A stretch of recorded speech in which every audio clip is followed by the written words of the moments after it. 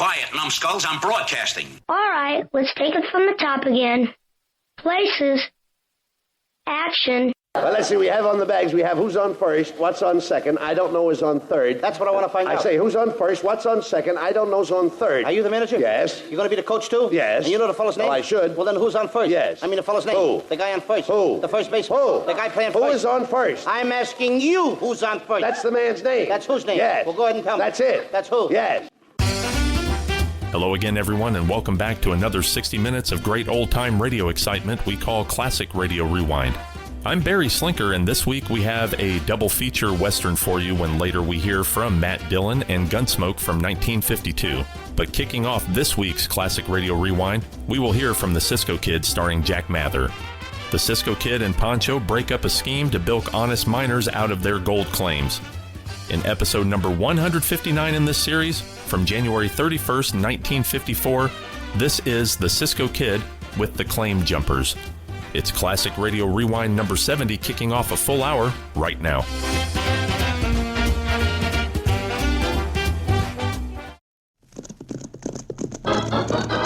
Here's adventure. Here's romance. Here's the famous Robin Hood of the Old West. Cisco, the sheriff, he is getting closer. This way, Pancho, vámonos. The Cisco Kid.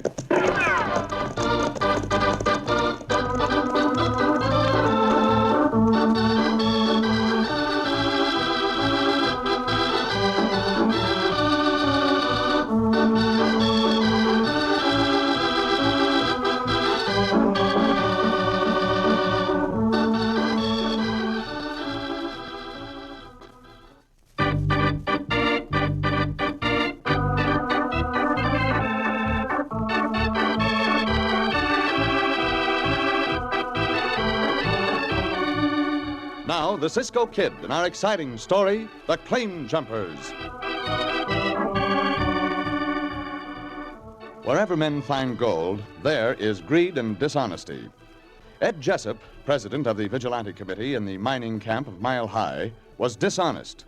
But for months, as one of the two assayers in camp, he pretended to be an upright citizen as he tested the samples of ore brought him and awaited his opportunity. But now, as he turns from testing some samples in front of him... Dave, he's hit it rich. Whose samples are those? Sam Fowler's. The way these here samples test out, Fowler might have the best strike of the whole year. So what do we do about it, Jessup? Fowler's coming here this morning. I'm going to tell him these samples are worthless.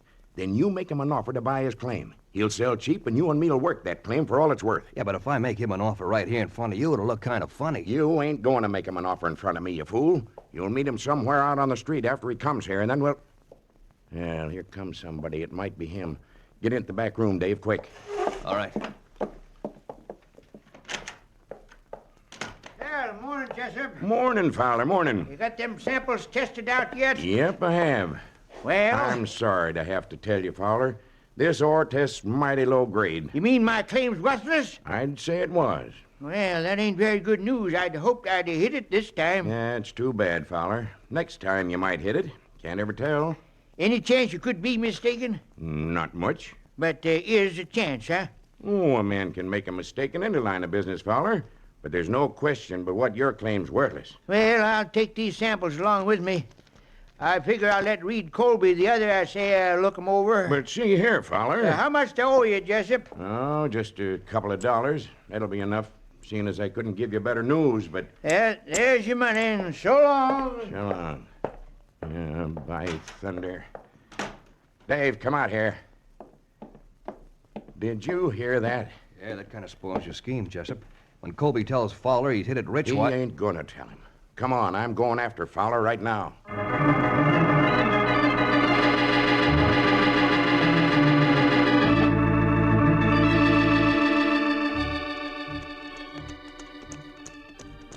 But, Cisco, See? Pancho not understand why they call the town Mile High. They call the town Mile High, Pancho, because it is a mile above sea level. Sea level? See? The ocean? See, the ocean. How far the ocean from here, Cisco? Oh, several hundred miles. And why did I call the town several hundred miles high? No, Pancho. You do not understand. No? The expression above sea level is a form of measurement. Oh. For example, if the ocean were to flow over the land and find its level down below us, the altitude of the town would be 1 mile above the ocean. But the ocean not down there below us, Cisco. I said if, amigo. If. Pancho still called this town several hundred miles high. Very well, Pancho. Call it anything you please. If. We only riding to the town to find our old friend, Senor Fowler. Give him our greetings and ask how he is getting along. Well, we in the town now, Cisco. See, and there seems to be some trouble going on just ahead of us. Now, see here, Fowler, that was an insult. I ain't used to having my assays questioned. Senor Fowler, Cisco. Hey, hold on. Look, now. I got a right to take my samples to another assayer. I tell you, it's an insult. Let him have it, Jessup. I'll help you. Oh, come on. Here, you hombres. There is no way to fight 2 against 1. Cisco, fix those hombres. You keep out of this, stranger. Not when you two are beating up an old man. I will not. Now things begin to happen. We'll smash him one day. No, not smash no one, hombre. And Pancho trims you up. Oh. And now Pancho sit on you to keep you down. Bueno, Pancho. Now I can give all my attention to this hombre. I'll make you wish you'd kept out of this, stranger. I do not think you will. On the contrary, before we are through, I wish you had not started this. Bueno, Cisco, bueno. Hombre, go down and roll around a little. I sure am glad to see you and Pancho, Cisco. Especially right now. I'll be with you in a moment, Senor Fowler. Well, get up on your feet if you wish to fight some more, hombre. No, I don't. Not now. But you ain't seen the last of me, stranger. No, don't think you have. Let the other one up, Pancho. See, Cisco, get up, you. Come on, Dave. Yeah, I'm coming. Now, Senor Fowler, we can pay some attention to you. See. What they fight you for, senor? Well, Ed Jessup, he's the big one. Didn't like it because I said I was going to take my samples to some other assayer. Is this Jessup an assayer himself? Yeah, he said my samples showed low-grade ore, Cisco. But I got a hunch he's lying. Come on with me while I leave these samples at Reed Colby's office. Then the 3 of us will go to the Red Tent Cafe. Si, senor. We will go with you. Yeah, we can talk things over at the cafe. We eat while we talk things over, senor? Well, sure thing, Pancho. Eat all you want. Yes, sir, on me. Yes, sir. Oh, that is a rash promise, Senor Fowler. You do not know Pancho's appetite. Yeah, but I know I'm mighty grateful to you two for showing up just when you did, Cisco. Those hombres meant to kill me. To make sure they do not kill you, senor, Pancho and I will stay around this town of Mile High longer than we had intended. Si, senor. But Pancho still think this town not named right. And Pancho think this town should be named several hundred miles high. No?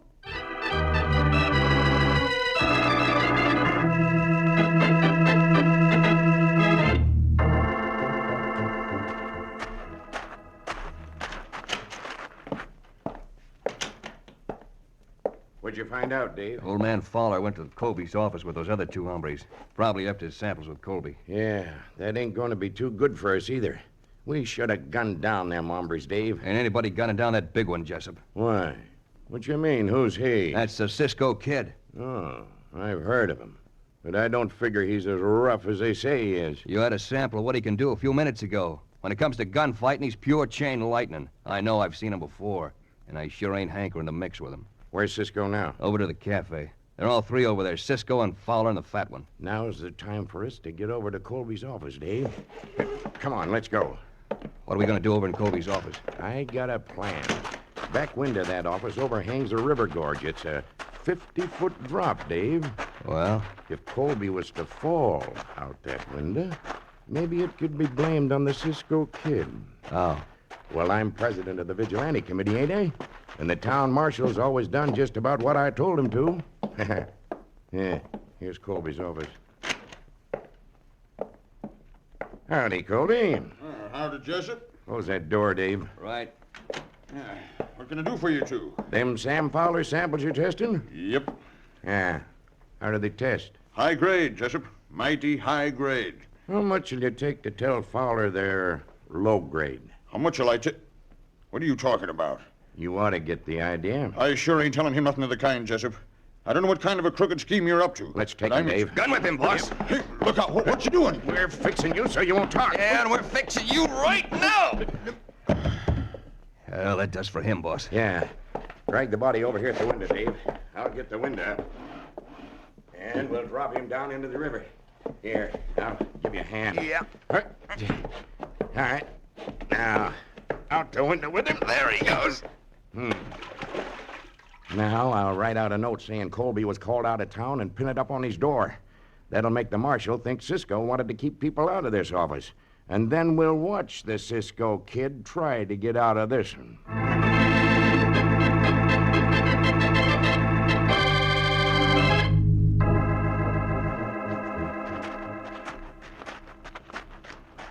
Well, Colby's had time to run that essay by now, Cisco.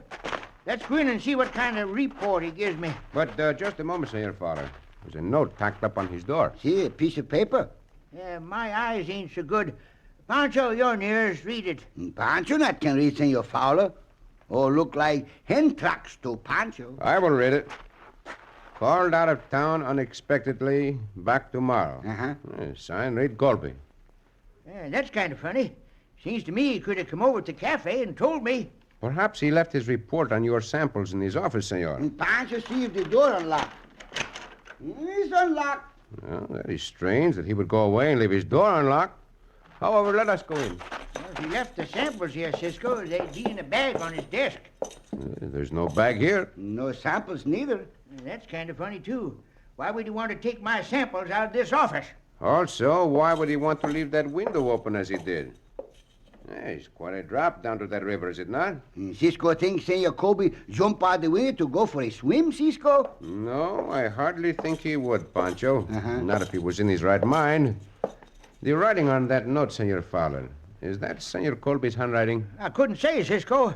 Don't know as I ever saw any of Colby's handwriting. Why? Because I think there is something very wrong here, Senor. Very wrong indeed.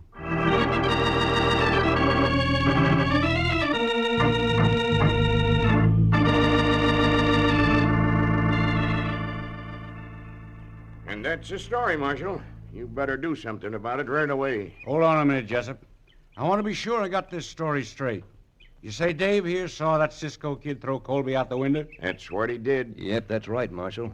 I was on my way over to Colby's office with some samples Jessup wanted Colby to check for him. As I got near, I heard an awful fight going on inside the office. So I opened the door just a crack and looked in time to see Cisco and the fat one drag Colby to the window and throw him out. There you are, Marshal. There's an eyewitness for you. You didn't go in the office, though, Dave? Nope, I closed the door quiet-like and got out of there as fast as I could.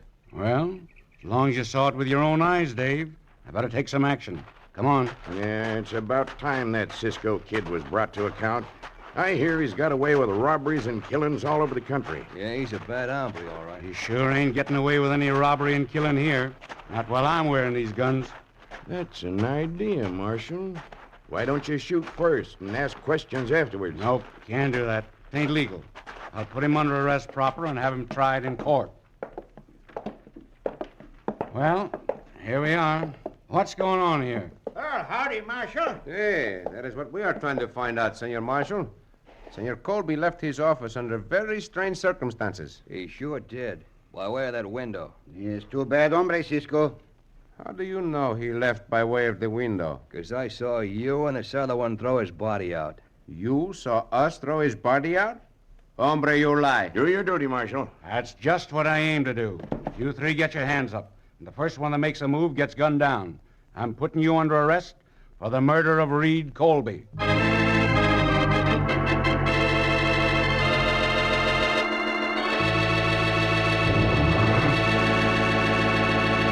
Once again, it looks as if the cards are stacked against Cisco and Pancho. In just a moment, we'll return to the Cisco Kid.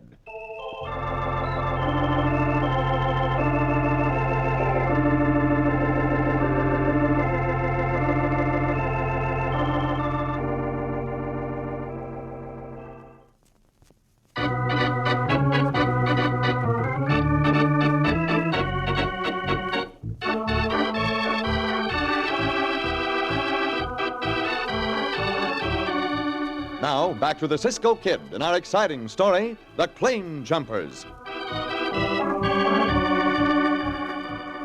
When old prospector Sam Fowler doubted the report of Ed Jessup, crooked assayer, who said that Fowler's ore samples were worthless, Jessup knew he had to work fast. He first tried to persuade Reed Colby, the other assayer in town, to return a similar report to Fowler. Then, when Colby refused, Jessup and his henchman Dave killed Colby and threw his body out the window into the river. Then Jessup had Dave swear to the town marshal that he had seen the Cisco Kid and Pancho commit the murder. Now, in Colby's office. That's what I said. I'm putting the three of you under arrest. Kind of surprised at you, though, Sam Fowler, for being in on this. I ain't on a thing, Marshal. Neither Cisco and Pancho. These coyotes are lying to you. We don't know a thing about any murder. Dave here was an eyewitness. As I said before, Senor Marshal, this hombre is lying. He is a big liar. He's both big liars, no? Get him over to jail, Marshal. Don't waste no more time on him. I'll get the court together right away. Un momento, Senor Marshal. I have a question. Well, what is it? Do you know Senor Colby's handwriting when you see it? Yeah, I guess I can tell it. Is the handwriting on this note that of Senor Colby?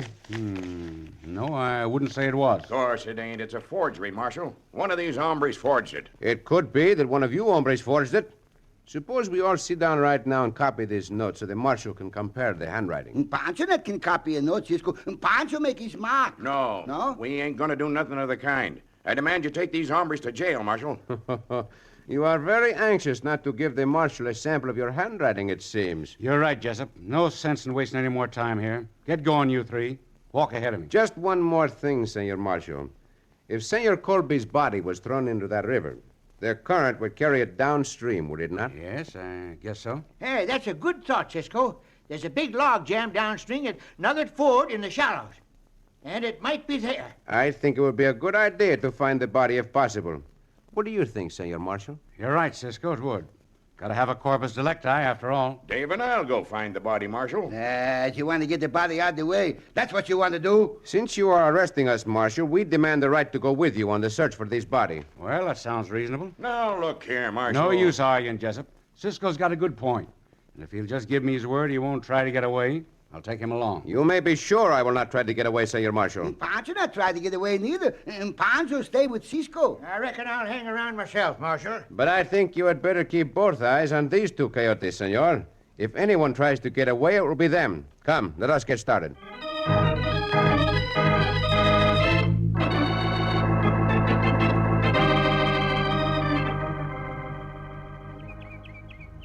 You sure made a big mistake that time, Jessup. Yeah. You hadn't ought to let Cisco and the other two go with the marshal to look for that body. Wasn't anything I could do about it, Dave. And I sure thought you could handle the marshal better than that. Most always I can. Once in a while he gets stubborn, though. And this was one of the times. But if they find Colby's body, it might go hard with us. The butt plate of my gun's got a metal ridge on it, and that ridge might have printed itself right into Colby's skull. You can bet Cisco will notice that, even if the marshal don't. You're right, Dave. Come on. Where are we going? We get our horses. And then what? Then we're going to ride to the rim walk that overlooks Nugget Ford where that log jam is. Yeah, we'll take a shortcut. Get there ahead of them. When they get there, we'll gun them down. All of them? Yeah, all four of them. Then we'll be mighty sure nobody can prove anything. Yeah, get up. Yeah, come on.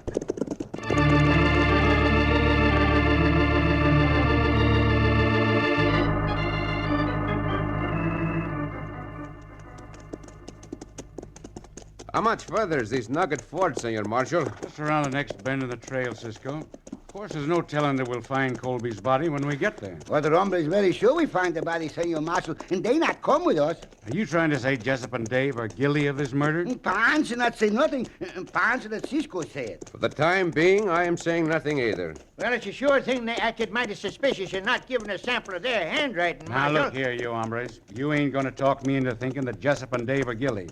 As far as I'm concerned, you three are guilty enough till you prove yourselves innocent. Have it your own way, Senor Marshal. Ah, this is the log jam right here. Yeah, this is Nugget Ford, Cisco. Whoa. Oh, yeah. In the old days, this used to be a favorite spot of the Indian ambush. See, it would be, with that rim rock above. And the Indians here, and Pancho go back to Red Tent Cafe, no? There ain't any. Come on, we'll have a look at this log jam. Logs all tangled up. See. But there is what we are looking for, right at the edge of the bank. That's Colby's body.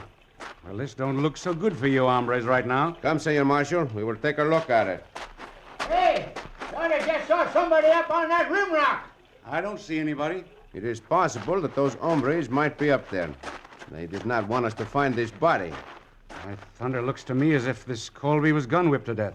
That is what happened, Senor Marshal. There is the mark of a butt plate on his forehead, And that mark is not a mark you will find on either Pancho's guns or mine. Marshal got that gun, Cisco. Marshal, look and see. You won't find it on my guns, neither. Say, there is somebody up on that rim rock. Look up there! Oh. Madre mia, the marshal is hit. Get him back among those trees, quickly. Santo, that bullet comes so close, it stings Pancho's neck. See? Are you hit, Senor Fowler? Just nick me, Cisco. You'll be glad to get behind them rocks. Yeah, I got here just about in time. All right, get down out of sight. Those hombres are shooting to kill. I ain't gonna let him get away with this. I'll take one of the marshal's guns and blast away at him. Marshal is pretty hard hit, Pancho. Rip away his shirt so we can look at the wound. See, Cisco. It's a bad wound. I do not think it will be fatal. Bandage up the wound, Pancho, and I will take my guns from the marshal's belt. See? There. Now, Senor Fowler, let us give those coyotes something to think about. Let's do that, Cisco. Our friends up on the rim rock are riding away, Senor Fowler. Yeah. You suppose that was Jessup and Dave, Cisco? I have no doubt, but we are going to find out for sure. How are you coming with that bandage, Pancho? It's almost done, Cisco. It's not a bad wound. Senor Fowler, it would be well if you will stay here with the marshal until he recovers his strength. I want to take up the trail of these hombres at once. Pancho go too, Cisco? You had better come with me, Pancho. I want to find those hombres as soon as possible and make sure they do no more shooting at us.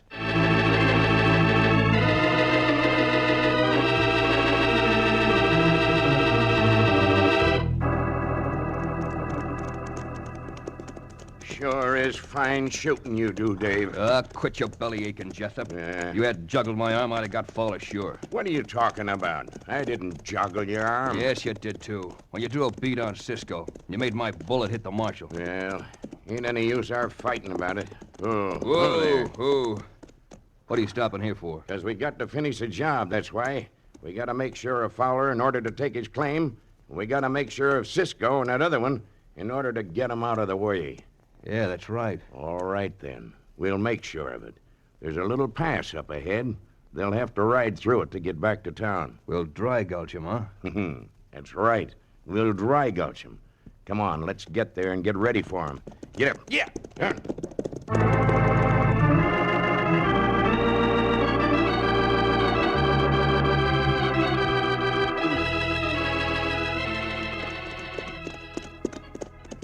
Those hombres leave plain tracks, Cisco. See, it's no trouble at all to follow them, Pancho. Right along here, they were trotting their horses, and at this point, At this point, amigo, they stopped their horses. You see how the tracks spread out in a circle? See, Cisco, why they stop, huh? It might be they stopped to look back along the trail and make sure we were not following them. Or it might be... See? That they stopped to talk over a plan.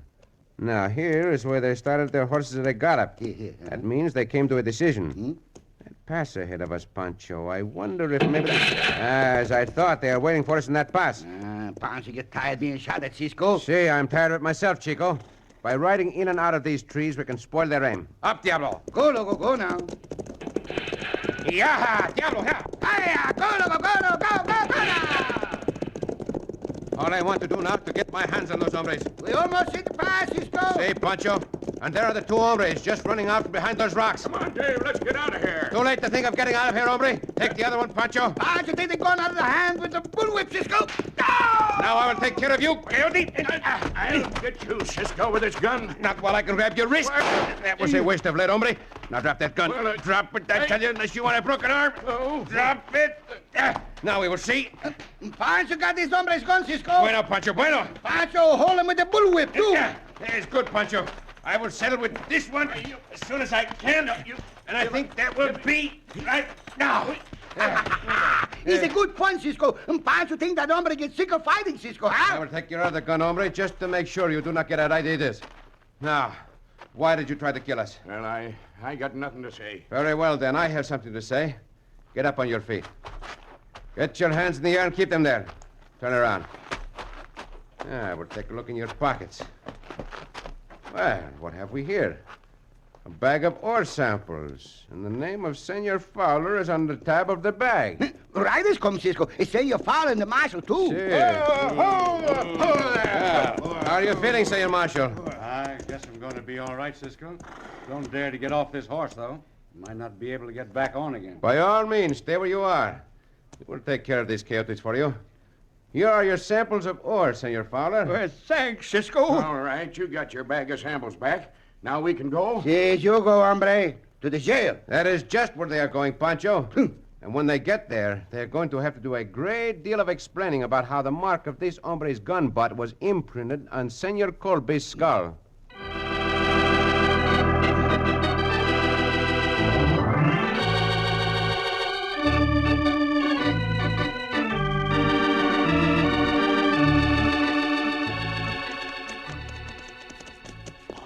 Cisco. Si, Pancho. And those two hombres go to the jail, no? Si, they went to jail, amigo, for a long, long time. And Senor Fowler find out his claim was lots of monies, huh? His claim turned out to be worth a fortune, Pancho. And now we ride down out of the town of several hundred miles high. Si, we will, Pancho. Several hundred miles high. Certainly the mountains in this part of the country seem almost that high. No, Pancho don't think so. They so high, Cisco. Not so high as Last Look Mountain in Pancho's country. Last Look Mountain? Yes, Cisco, Last Look Mountain. Well, what is the meaning of that name, Chico? I never heard you mention it before. It means two lovers, Senor and the Senorita. Walk up that mountain one day, Cisco. Two lovers walked up the mountain. They never come back again. And that's why the mountain is called Last Look Mountain, Cisco. Well, the mountain was well named, Pancho. Sounds like a very sad story. It's a very sad story. The lovers never came back again. Never come back again. But what became of them, Chico? They walked down the other side of the mountain. Oh, Pancho! Oh, Cisco! Up there!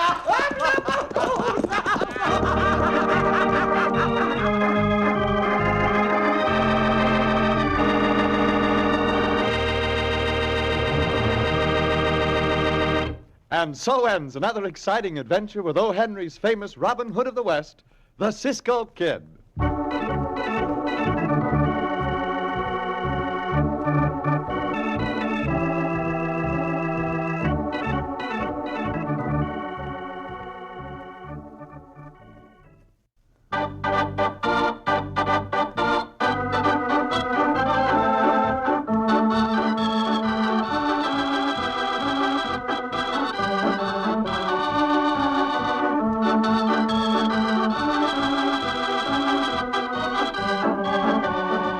Be sure to listen again for another thrilling adventure of the Cisco Kid. Cisco Kid was played by Jack Mather. Pancho by Harry Lang.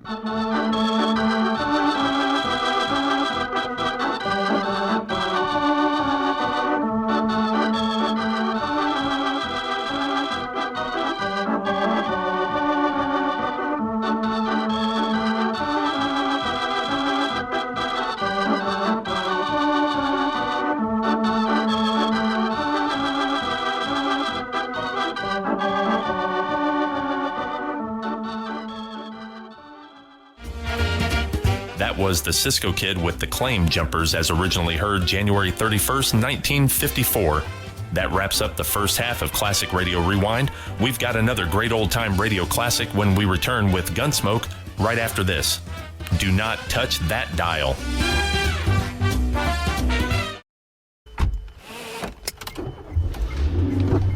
Mama, what does the chicken say?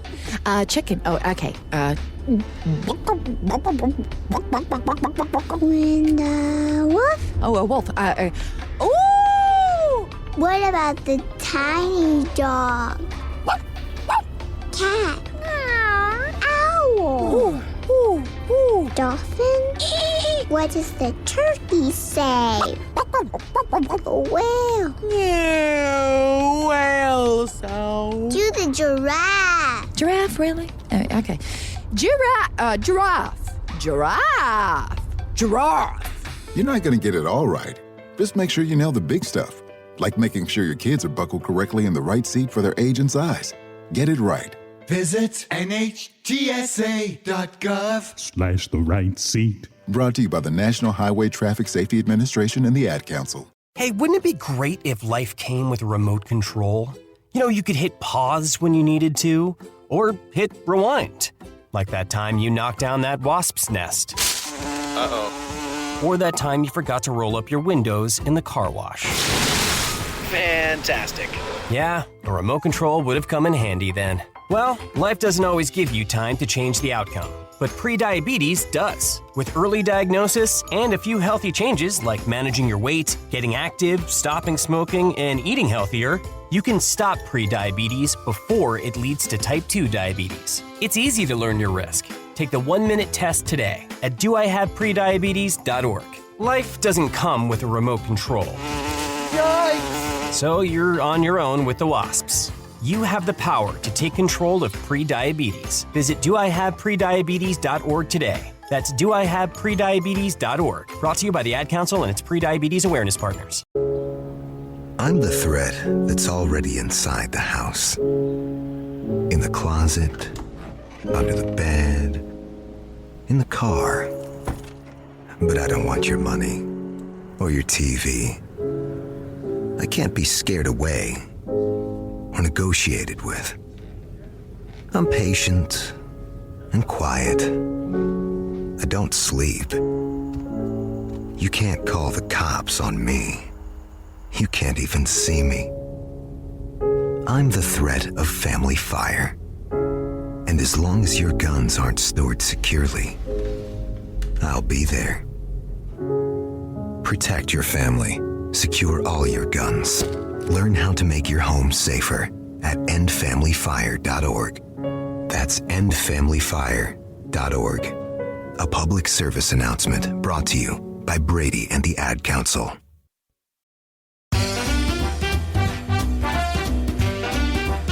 Welcome back to Classic Radio Rewind. I'm Barry Slinker, and coming up next, we'll hear from William Conrad as Matt Dillon in Gunsmoke. Marshal Dillon must contend with the Tolmans, a family from Kentucky with a son willing to kill to uncover his father's secret. From August 9th, 1952, this is Gunsmoke with the Kentucky Tolmans.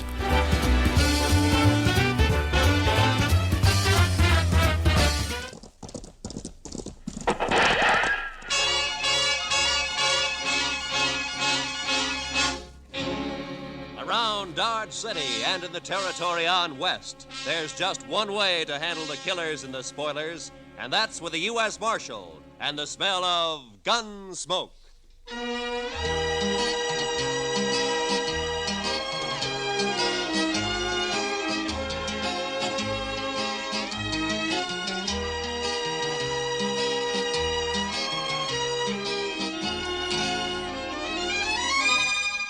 Gunsmoke, starring William Conrad.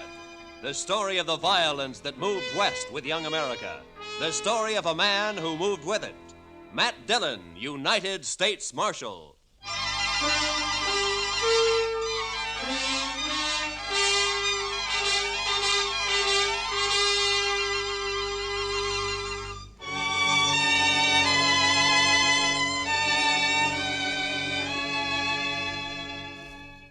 It was the dust. The heat was bad enough in Dodge City, but out on the plain, it was the dust. The sun was a burning red-brown chip in the sky, and the sweat on a man never had a chance to drop.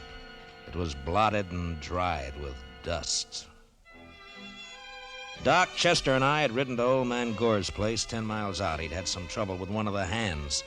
Fellow had gone loco with liquor and had been shooting up the cattle. We found him, stripped naked nearby on his haunches, crying, drunk over a parched water hole. Doc had got him to bed and fixed him up some. And now we were heading back for Dodge. Darn horse. Seems he's just bound to stomp all the dust in Kansas in my eyes. Maybe the marshal will buy you a camel, Chester. This keeps up, we'll all buy camels. I remember the time back in Waco when I was just Doc, a small... Chester, boy. You see something ahead on the side of the trail there? Yeah, maybe. It looks like some poor calf strayed off and dropped. I don't think so. It looks like a man. Come on.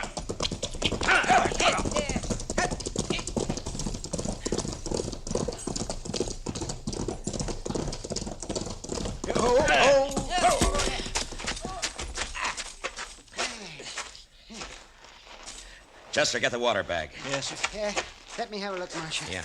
Let's see. heat. Is he all right? Well, depends on how long he's been lying here. Here you are, Mr. Dillon. Open up his shirt, Marshal. Chester, get some of that water on his wrists. All right. He looks like an Easterner, huh? Sure not dressed for this country. Oh, well, that's better. That's better. Try to get a few drops in him. All right, Doc. No, not too much, Chester. Not in his nose, Chester, his mouth. Well, my gracious, I'm sorry, Mr. Dillon, but he moved his head. It's not so easy to... Hey, look, he's awake. You're all right, mister. Just take it easy for a bit now. Oh, that this too solid flesh would melt, thaw, and resolve itself into a dew. What did he say? Oh, it's out of his head, Chester. For this relief, much thanks. Forget it. Chester, get around the other side and shade him from the sun. Yes, sir. The sun. I begin to be a-weary of the sun. I don't blame you. What happened? My wagon shed a wheel, I fear, along the high road. I know not where I am. You're about 4 miles out of Dodge City. Kansas. Kansas. I would give all my fame for a pot of ale and safety. We better get him to town quick. He's in a bad way. It's delirium. You think you can make it on a horse? We'll take you into... We'll take him into Dodge.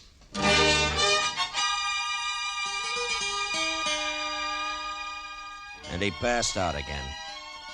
We tied him across Doc's horse. Doc and I doubled up, and Chester rode behind. The stranger was a tall, skinny man with a face like a friendly mule. Big hands and thin wrists stretched out from his sleeves. He had no papers on him, nothing. And until he woke up, we wouldn't even know his name. Doc settled him down in the back of his place, and he was still asleep when Chester and I rode out to where we figured he'd left his wagon. Wasn't hard to see when we found it. What color wagon would you call that, Mr. Dillon? Puce, Chester. Puce. I guess so. Seems to be some writing on the side there. Yeah. Oh, Irving Henry, thespian supreme, disciple of the immortal bard. I should have known he was a religious man. He's an actor, Chester, the immortal bard. Shakespeare, William Shakespeare, wrote plays, poems. Hi. But You think he let the horses go, Mr. Dillon? well, I was wondering that. Seems to me he'd have ridden for help instead of trying to walk. Horses couldn't have got out of the harness themselves. Let's take a look at the wheel, huh? Wish we could wait till the sun goes down. It's going to be awful hot work, Mr. Dillon.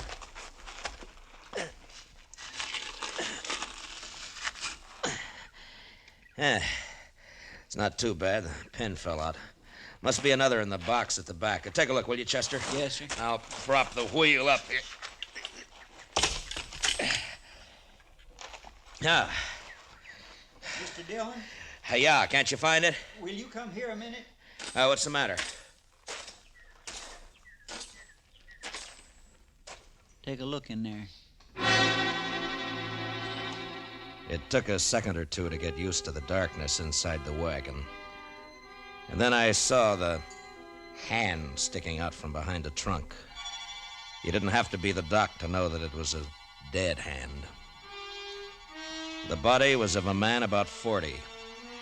He was dirty. And in a greasy, torn waistcoat, I found a pocketbook with his name, Sam Matchett.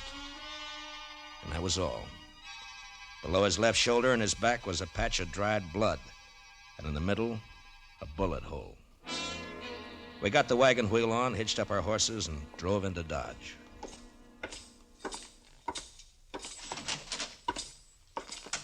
Doc? Oh, that's you, Marshal. Yeah. Yeah, I'll be right out. All right. Get that fella's wagon fixed up? Yeah, I brought it in. Is he awake?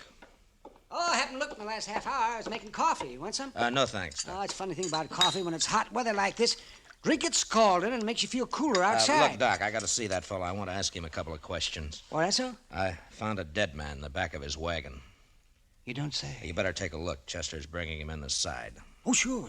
You want to go on back? Yeah, thanks, Doc.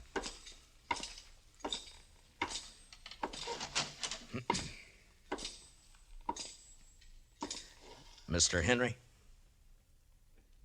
Mr. Henry, wake up. Yes, what? Oh. Your name, Irving Henry? Irving Henry. What is this place? Now, you got to listen to me for a minute. We found your wagon. Ah?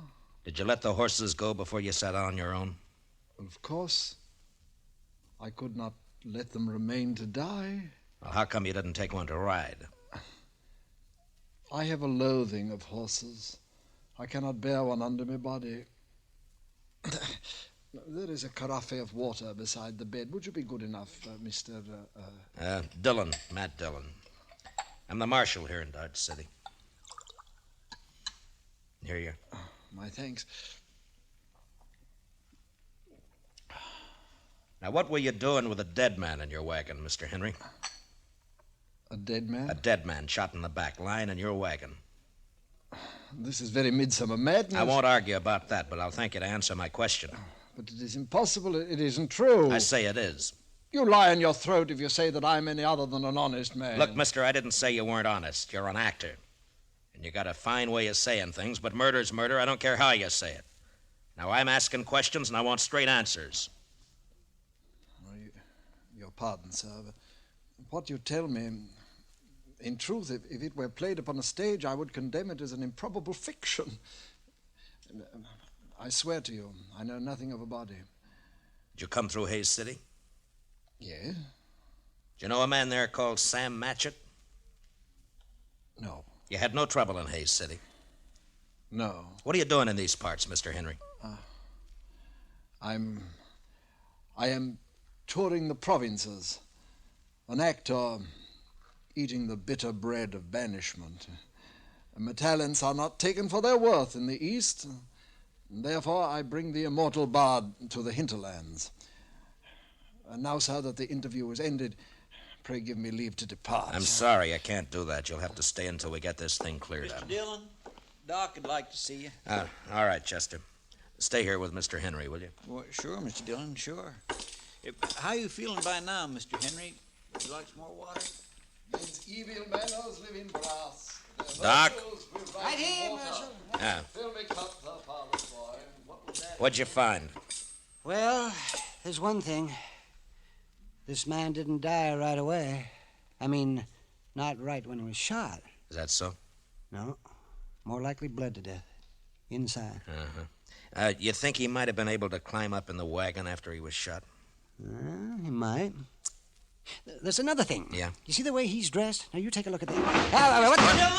Help! Come on, Doc.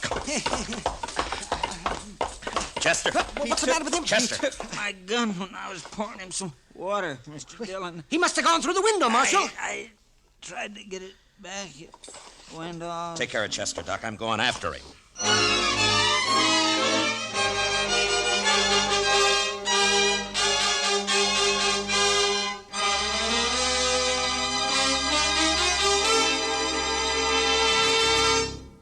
We will return for the second act of Gunsmoke in just a moment. But first, do you know how old the school building in your community is? If it's over 25 years old, the chances are that it's woefully inadequate to the present demands on it. Certainly thousands of schools all over America are unable to meet the needs of a greatly increased enrollment, and all our school children will suffer unless all of us work actively to improve conditions. Join with the groups in your community working for better school conditions. Remember, better schools build a stronger America. Now, the second act of Gunsmoke.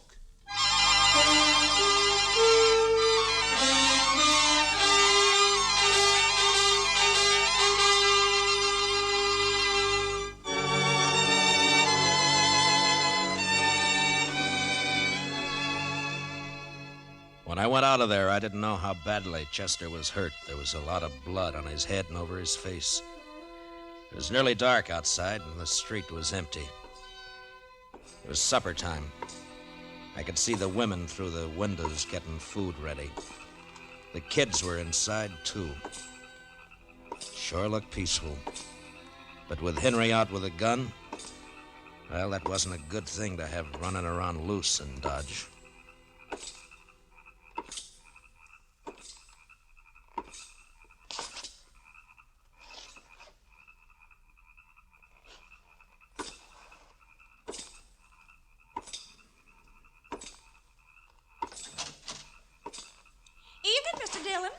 Did you see a man run down the street, Miss Fletcher? No. Oh, you better get inside and lock your door. Don't come out again. There's a killer loose.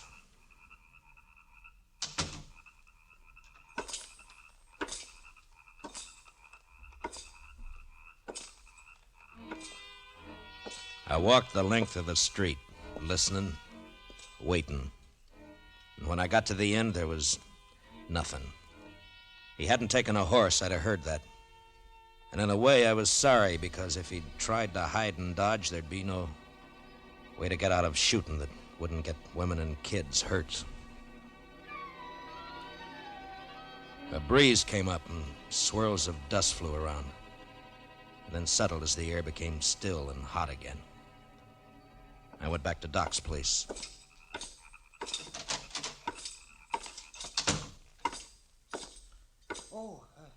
Did you find him, Marshal? No. How's Chester? Oh, I'm fine, Mr. Dillon. Just creased my head. More mess than hurt. Oh, good, Chester. Look, you want to go home or you want to work? I want to work. All right, go down to the office, get yourself another gun, and round up some men, many as you can. As long as Henry stays in town, we're in trouble. Now, keep your eyes open. Meet me back here. Yes, sir, Mr. Dillon. Take my gun with you, and if you see him, watch out. All right, now get going. Yes, sir. Now, Doc, I'm going to have to make you a deputy, too. Well, maybe instead of digging out bullets, I'll be putting some in. It's not funny, Doc. Now, come on. All right, we'll start here. I'll take this side, you take the other. Get the men to go through their houses and tell them to look for their horses. Tell them what's happening. By 10 o'clock that night, as far as we could tell, Henry hadn't left town. There were plenty of places for him to hide, though. We had 50 men out searching. Chester and I were working along back of the express office. There were a couple of houses there we hadn't covered. You wouldn't think a man like that'd be a killer, now would you, Mr. Dillon? I never saw a man yet couldn't be, Chester. Depends on your reasons for killing, I guess. Now, let's take a look behind these boxes.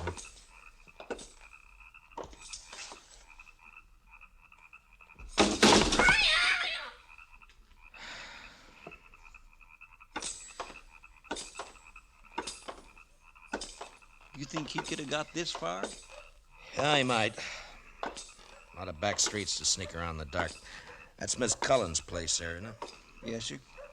Looks like she's still awake. Light burning back there. Yeah.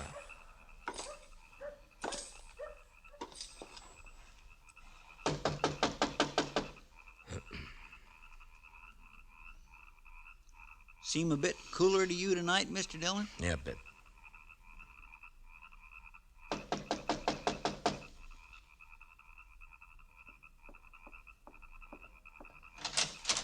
Oh, evening, Miss Cullen. I'm sorry to get you up, but we're looking for a man, a stranger around. He's tall, thin. You seen anyone about tonight? No. No, I haven't. Oh? How's the kids? Oh, they're fine. Thank you, Mr. Dillon. Fine. Uh-huh. Well, you keep the place locked tight, Miss Cullen. Don't let anybody in tonight unless you know who it is. All right. Good night, Mr. Dillon. Good night, ma'am. Well, now that's strange. She didn't even say hello to me, and I know her better than you do, Mr. Dillon. Chester, round up the others. Get them over here. I don't know why she... He's in there with her. I think he's got the kids in the sleeping room. Oh. Sent her out to get rid of us. Now, I'm going to try and get in. Don't do anything when you come back. Just put the men around the house. Yes, sir.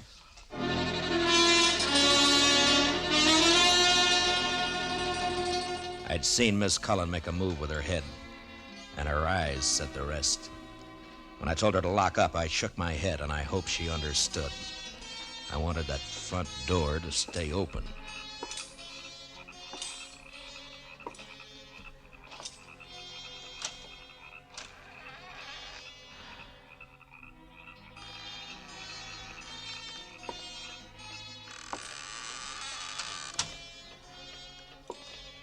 keep my promise as soon as I can. He was in there, all right. I could hear him. I wanted him alive, but I wasn't going to risk hurt to Miss Cullen or the kids getting him. Please. I did what you asked. Don't hurt the children, please. They will never know this night. And in the morning, when they're awake. What's that?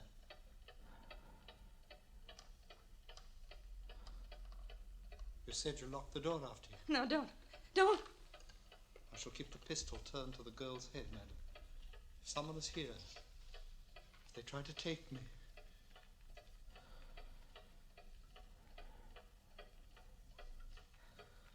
Who is it?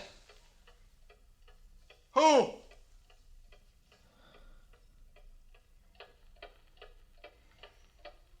Mr. Dillon, go away. Please. He'll kill us. You lied. You lied. Oh, tiger's heart wrapped in a woman's hide. Listen to me, Marshal Dillon.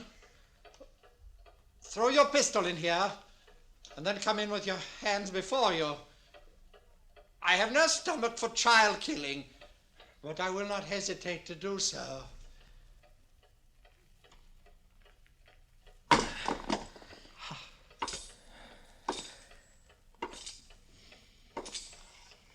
Now give me the gun, Henry. No. You won't be able to get out of this. I must. There is living to be done. You know, that fancy talk isn't going to help either.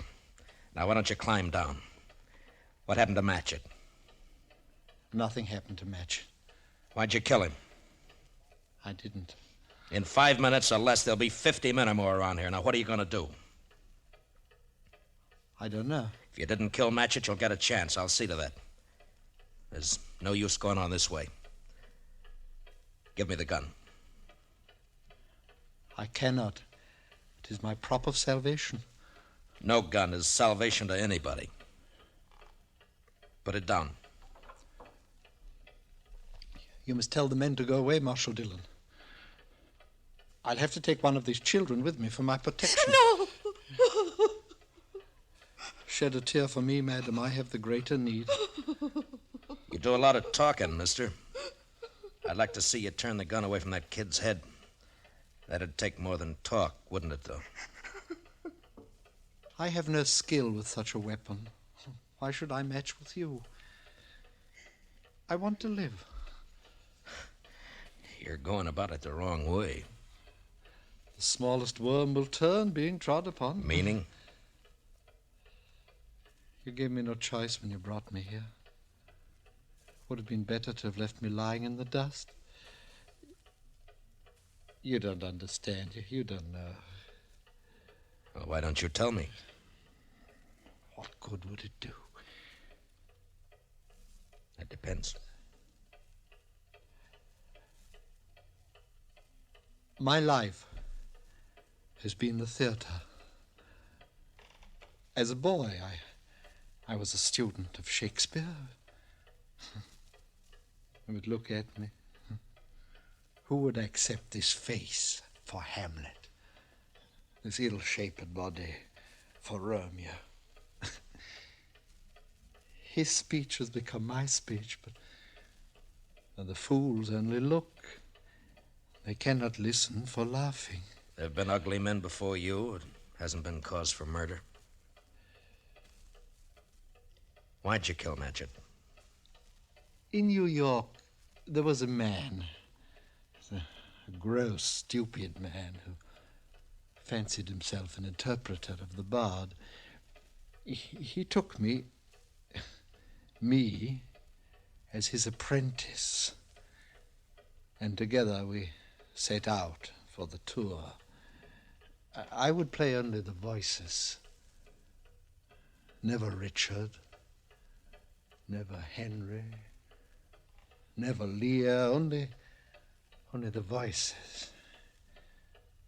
Whilst he, stumbling, drunken, he muddled and tore to a tatter the words that I should have spoken.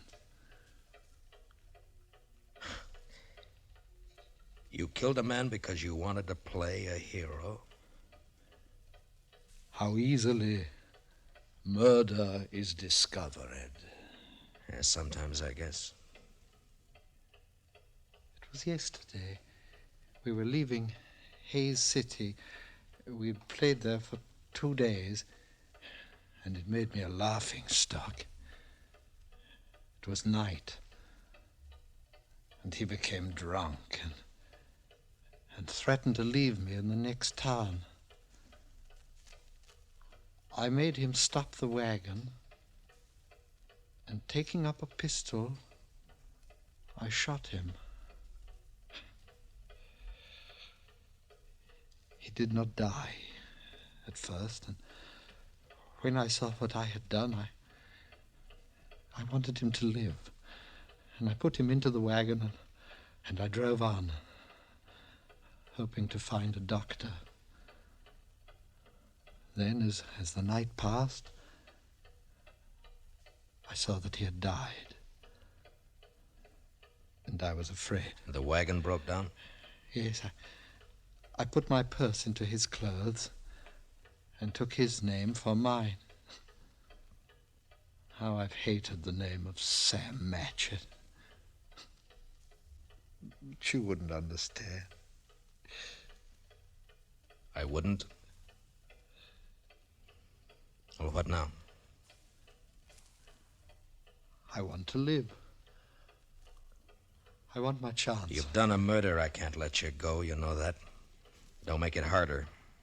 I lost my husband 2 years ago. I know what it is to be alone. You've been alone, haven't you? I'm sorry. But you killed someone. We may pity, though not pardon thee, eh? I'm going now, Marshal. If you walk out of there with your gun, you're a dead man. Death's a great disguiser. I must have my chance. Don't do it, Matchett. There'll be killing. Madam, forgive me. I would not have harmed your children. Matchett, put down your gun. Let me go my way. Please. There are a lot of men waiting for you out there, Matchett. You know what'll happen if you open the door.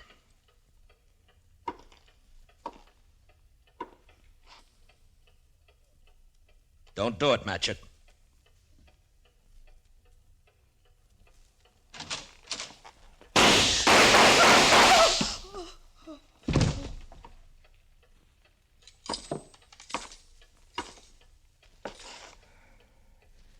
Matchett.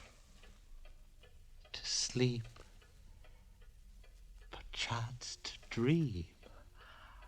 Aye, there's the rub. For in that sleep of death, what dreams may come.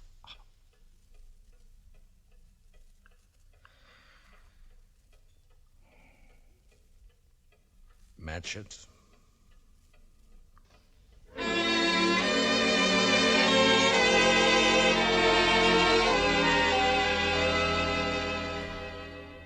He knew he was going to die.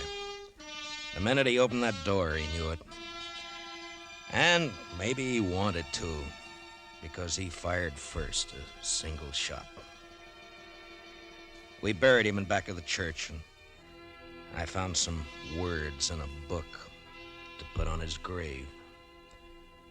He that dies pays all debts.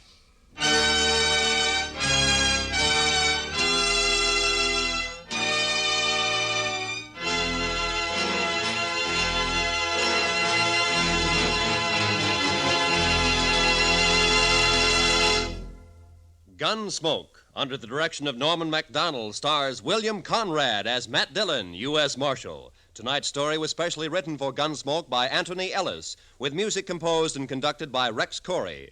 Hans Conried was featured as Henry, with Mary Lansing as Mrs. Cullen. Parley Bear as Chester, and Howard McNear as Doc.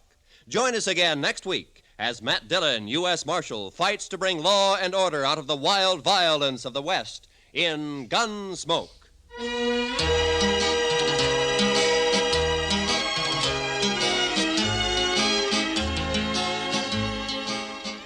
Roy Rowan speaking. Remember, Gangbusters going to action Saturday nights on the CBS Radio Network.